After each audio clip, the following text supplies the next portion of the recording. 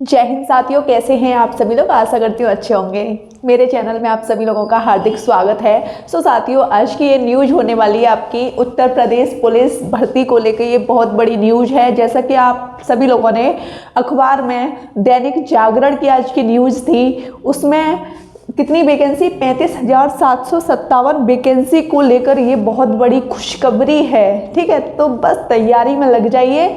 इस बार सिलेक्शन लेना है, हर हालत में लेना है। यूपीपी की खुशखबरी है, मतलब यूपी पुलिस कांस्टेबल को लेकर खुशखबरी है, जिसमें आपके fireman, PAC, civil police, UPSI के पद हैं। ठीक है, जैसा कि आप देख पा रहे हैं 35,757 पदों पे जो भर्ती होने वाली है, उसमें आपके जो सिविल पुलिस है, नागरिक पुलिस है, उसके कितने पद हैं। जो सिविल पुलिस होती है उसके पद हैं आपके 32,000।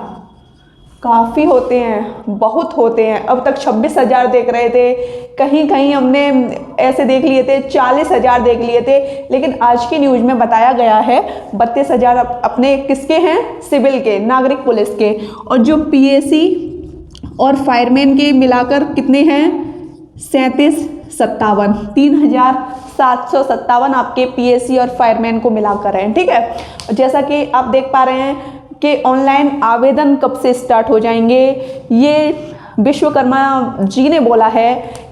ठीक है, क्या बोला है इन्होंने, ये डीजी हैं, इन्होंने कहा है कि जो ऑनलाइन आवेदन है आपके, वो आपके जनवरी में 2023 में बोला गया है। ठीक है, तो आप बिल्कुल भी टेंशन मत लीजिए, बस अपनी तैयारी कीजिए, अच्छे से कीजिए, तो हमें टेंशन नहीं लेनी, पढ़ना है बस। ठीक है, जैसा कि सूत्रों के अनुसार बताया गया है कि ये वैकेंसी बहुत जल्द होने वाली है।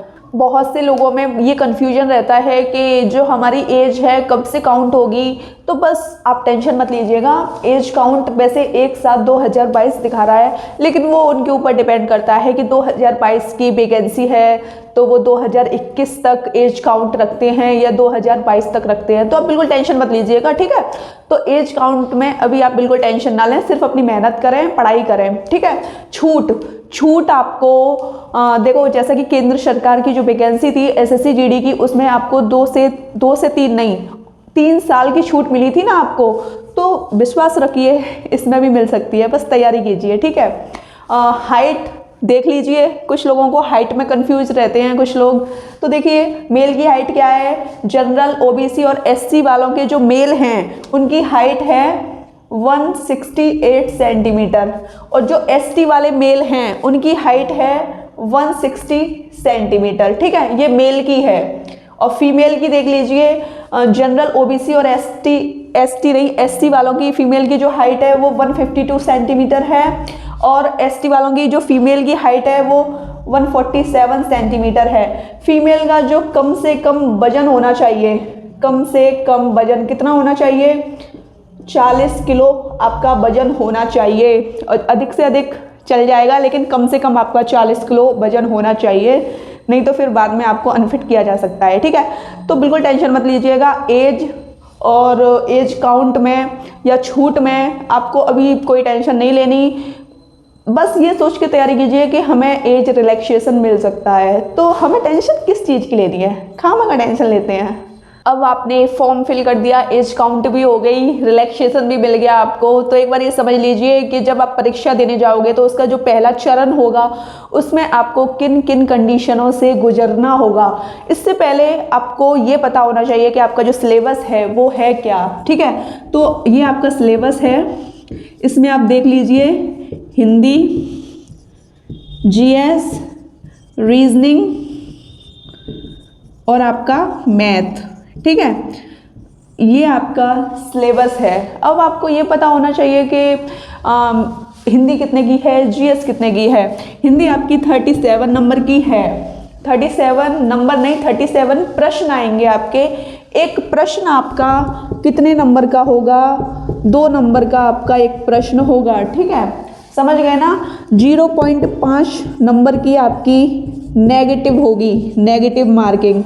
नेगेटिव का मतलब क्या होता है, नेगेटिव का मतलब समझ जाइए।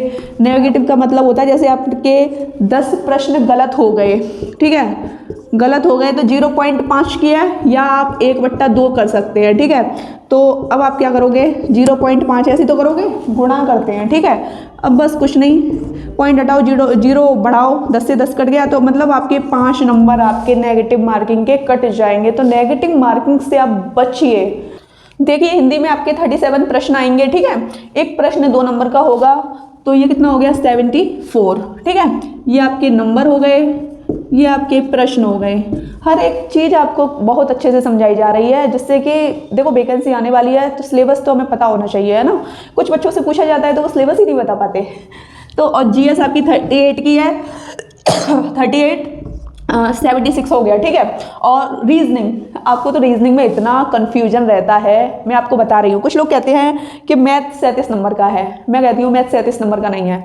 मैथ के सिर्फ आपको 19 प्रश्न मिलेंगे, ठीक है। और रीजनिंग के 56, वो जो 37 है ना वो 19 मैथ के और जो बचे कुछ रीजनिंग के हो जाते हैं, ठीक है। 19 दूनी 38, 56 दूनी 112, समझ गए। ये 150 प्रश्न हो गए और ये 300 अंक के हो गए। ये भी समझ आ गया होगा। बस सिलेबस समझ गए आप। ड्यूरेशन मतलब कितने घंटे का आपका पेपर है। पेपर होगा आपका 2 घंटे का, 2 घंटे का पेपर होगा, बोले तो 120 मिनट का आपका पेपर होगा। बहुत अच्छे से आपको बता दिया है। ये सब कुछ आपको अपने दिमाग में रखना है। जब आप इसको सिलेबस को अपने दिमाग में रखोगे तो आपको पता रहेगा ना कि मुझे सिलेबस में भाई जीएस पढ़नी है, हिंदी पढ़नी है। अब सिलेबस नहीं देख रहे, इंग्लिश को खोल के बैठ गए, वो तो आपकी गलती है। तो बस यही कहना चाहते हैं, ठीक है। आपका एक कन्फ्यूजन बना रहता है कि जो आपकी कट ऑफ है वो कितनी लगती है। कट ऑफ आपकी 2 लगती हैं। जब आप पहले चरण में पेपर दे लेंगे फिर उसके बाद आपकी कट ऑफ लग जाती है। जब आप कट ऑफ को मतलब कट ऑफ में आपका नंबर आ जाता है फिर आप दूसरे चरण में आ जाते हैं, ठीक है। उसमें आपकी नापतोल होती है। नापतोल बोले तो हाइट, वेट तो गर्ल्स का नापा जाता है, ठीक है। तो हाइट, चेस्ट आपका बॉयज़ का नापा जाता है। तो बिल्कुल टेंशन मत लीजिए। इसमें हाइट कितनी होनी चाहिए, हाइट तो हम अभी बता चुके हैं आपको, ठीक है। और वेट भी बता चुके हैं। अब आप देख लीजिए डॉक्यूमेंट वेरिफिकेशन में आपके डॉक्यूमेंट चेक किए जाते हैं, ठीक। तो आपके डॉक्यूमेंट भी चेक हो गए। इससे पहले आपकी कट ऑफ लगती है, मतलब पहले चरण के बाद आपकी कट ऑफ लगेगी। फिर आपको नापतोल के लिए बुलाया जाएगा, डॉक्यूमेंट वेरिफिकेशन होगा, आपका ओरिजिनल डॉक्यूमेंट चेक किए जाएंगे, ठीक है। और एक फोटोकॉपी ली जाएगी, मतलब आप लोगों से ली जाएगी। तो 2-2, 3-3, 4-4, 5-5 फोटोकॉपी करवा के ले जाना, ठीक है। अब आप एक बार देख लीजिए कि जो दौड़ होती है, जब आप इन दोनों को पार कर जाते हैं फिर 2 से 3 दिन बाद या जब भी आपको टाइम मिले, हमें क्या टाइम मिले जब भी भर्ती बोर्ड आपको टाइम दे तो फिर आपको रनिंग के लिए जाना होता है, ठीक है। इसमें पुरुष की कितनी होती है रनिंग, पुरुष की होती है 25 मिनट में कराते हैं वो 4800 मीटर, और गर्ल्स की 14 मिनट में कराते हैं 2400 मीटर, समझ गए। बस इतना होता है। और थोड़ा सा जो भी प्रोसेस है वो भी बता देते हैं आपको। फिर इसके बाद आपका ये हो गया। दौड़ के बाद एक और कट ऑफ लगती है आपकी, उसमें आपका नाम आ जाता है। फिर आपका मेडिकल होता है, फिर आपके घर ज्वाइनिंग आ जाती है, ठीक है। साथियों आपको ये वीडियो देख के कैसा लगा आप मुझे कमेंट सेक्शन में बताइए। वीडियो अच्छी लगी हो तो चैनल को सब्सक्राइब कीजिए, लाइक कीजिए, शेयर कीजिए। जय हिंद।